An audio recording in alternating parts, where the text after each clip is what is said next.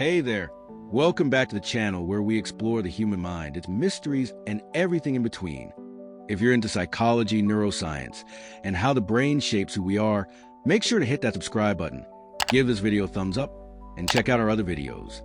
Now, let's dive into something deeply important: how depression affects the brain. When we think of depression, we often associate with feeling sad, tired, or unmotivated. But depression is more than an emotional slump. It's a medical condition that causes real changes in how the brain functions and even how it looks. Depression affects thoughts, emotions, behaviors, and yes, even the structure of your brain. Let's start with brain chemistry. Depression is closely linked to imbalances in neurotransmitters, the brain's chemical messengers. Serotonin, dopamine, and norepinephrine are the key players here. These chemicals influence mood, motivation, sleep, appetite, and even our pain response. When their levels drop or their signaling is disrupted, it can lead to the classic symptoms of depression, like persistent sadness, loss of interest in activities, or fatigue. But here's the kicker: it's not just the chemicals.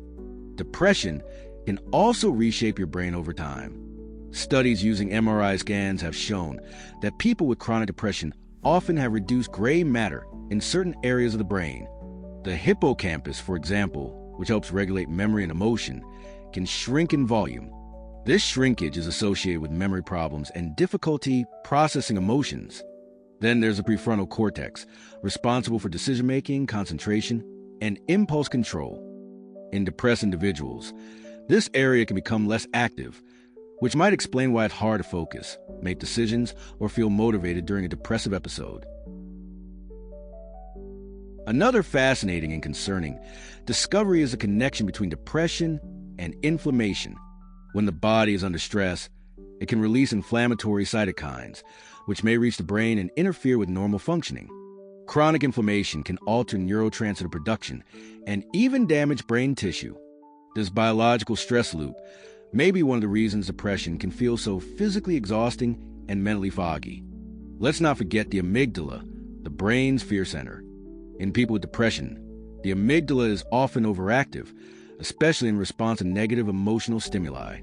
That means a small negative event might feel overwhelming.